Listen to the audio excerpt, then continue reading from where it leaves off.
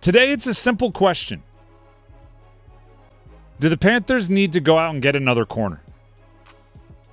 This is brought up by first of all, it's brought up by the fact that all offseason, Stephon Gilmore and the Panthers have been like batting their eyes at each other from across the bar, right? Every time Jadeveon Clowney talks, he talks about getting his old high school and college teammate and off the couch and playing for the Panthers. And Stephon Gilmore will say, it needs to be the right situation, and I'm weighing out my options. And like there's some mutual affection. So there's Stephon Gilmore. There's also now ESPN put out an article of one more move. They picked all 32 teams in the NFL and said one more move. What's one thing they could do before the season starts? Because for the most part, most of the offseason is done, right? You've gone through the beginning of free agency. You've gone through the draft. You've been through the franchise tag process and all these things. And now it's just about, odds and ends at the end of the roster and maybe one more big move. And they put Adoree Jackson as the one more big move, the one more big signing that the Panthers could make, Adoree Jackson being another corner. Former first-round pick. Former unbelievable athlete. He's a returner guy, and I believe in college he even played a little bit of that, like, hey, if you need a deep threat, I'll play wide receiver for you, coach. Like he's one of those, which is a compliment. So I started going, that's interesting. Adoree Jackson. Hadn't thought about that because so much of my, like, if they're going to sign a corner energy had gone towards Stephon Gilmore. So I hit the internet, right? Do my own research, as people like to say, which is essentially typing things into Google and reading articles. And just about every list that set top free agents have Adoree Jackson and Stephon Gilmore as the two best remaining available cornerbacks. So I'm looking at it and going, all right, if those are the two guys that everybody's kind of hinting they should go get, it might have less to do with those players and more to do with everyone feels like they need a corner. And those two happen to be the best available corners. So I love them, right? It's I need a big man, and the best big man on the market is name your DeAndre Ayton. It's like suddenly I'm really into DeAndre Ayton. Really all you need is a 7-footer. I really think they should go get Adoree Jackson or Stephon Gilmore. What you're saying is they should go get one of the best cornerbacks available because they need a corner. Do the Panthers need a corner? To put it simply, yes. To put it in a longer answer, the corner would be one of the best fail-safe things they could find. And what I mean by that is if another part of their offseason doesn't go as planned, they might be able to survive it if they have a great defensive backfield, if they have an extra body that they trust in the secondary.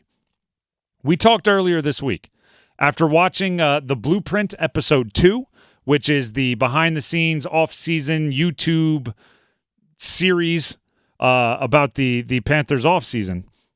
Jadeveon Clowney is filling a role that they see as quintessential, right? They need a pass rusher that wins his one-on-ones a bunch.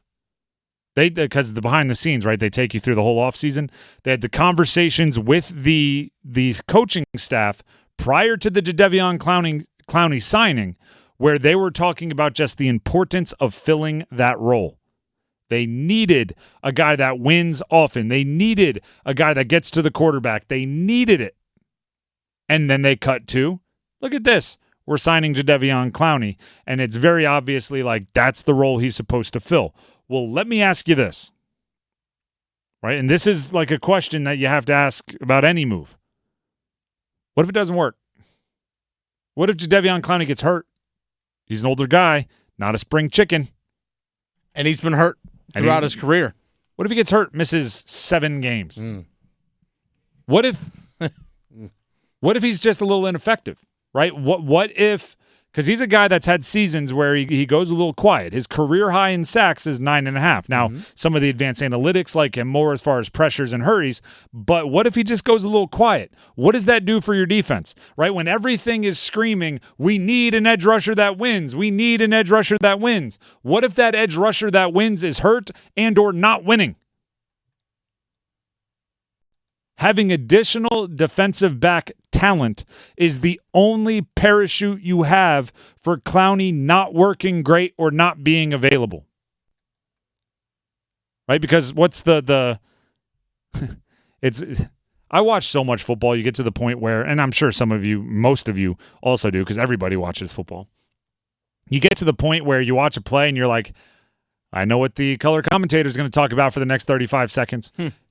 If there ever is a sack where the quarterback looks left and right, you're about to get the 30-second speech on coverage sack. Coverage sack, baby. You're about to get this sack actually goes to the secondary. They might even put the secondary coach, the defensive backs coach, on the screen and go, the quarterback had time. He just had nowhere to go with it, and eventually the defensive line's able to come home. That's a tough one on the guard. It's going to go against his stats, but really it's the secondary that got it done, and then the next play starts.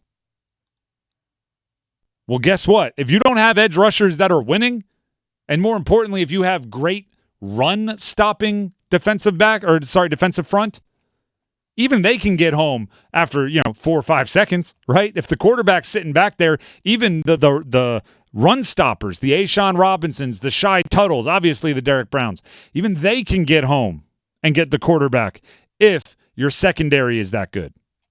So let's say Jaycee Horn's playing lights out, and somebody like a Dory Jackson or Stephon Gilmore is playing really well, and Dane Jackson and Troy Hill are doing their job in the nickel, and Xavier Woods is playing well, and Jordan Fuller, the other safety, is playing well, or any combination of 5 of those 6 that I read.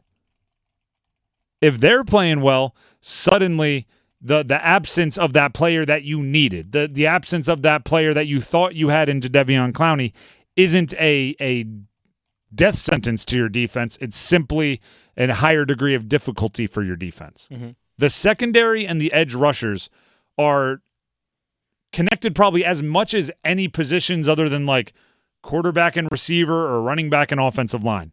They help each other a ton, right? The cornerbacks love it when quarterbacks have to get rid of the ball quickly because they're being pressured.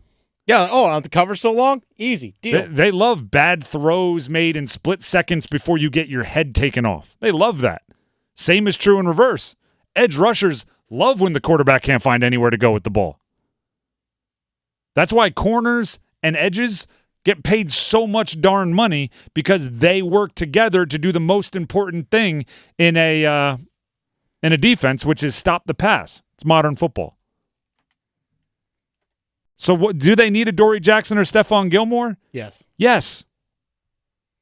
But not because I don't like their corners, because I don't like their edge rushers. And it's connected. That's the way you think about it. And I think also as well, is you can't trust Jaycee Horn to stay healthy for a full season because he hasn't done it yet. That's when you get to catastrophic. If Jaycee Horn gets hurt, you don't bring in this corner, and your edge rush isn't getting the job done, suddenly, hey, we were 4th in yards last year given up by the defense. We were 4th best in the league. Turns into, hey, we were 24th best in the league. Yeah. And giving it turns quick if you have a little bit of attrition to 2 important positions. Yeah, there's no depth. There's no depth really back there. It's all right, we get to DiCaprio Boodle. Which is a fantastic name. Great name. I need more of that in my life. DiCaprio Boodle. If he the smiles will stop as soon as you're done saying it, and you say DiCaprio Boodle. You're like, DiCaprio Boodle. Then the play starts, and you're like, ooh, never mind. It's not funny anymore. Hey, you never know. Sometimes those guys, he was I think he was undrafted free agent, mostly practice squad development guy. You never know. Sometimes that guy just starts shining after 2 years of development. I mean, you would love it. If that's awesome, great. You just hit on a scratcher. Exactly. That's what it is.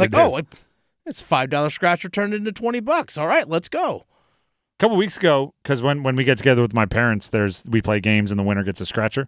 I hit $100 on a scratcher. Hey, look at you. Most I've ever won from a scratcher. Look at you. I hit the little, when you're done with the scratcher, you then get the little box that says hey, scratch this if you get a gold coin win double all of the prizes. Mm-hmm. Scratched it and got that it. Gold coin. Thought I was done. Thought it was a dud. Did all the scratching. None of the winners. My numbers never matched. Scratched the last little doubler. Got the doubler. It was a good day. Got that Hail Mary.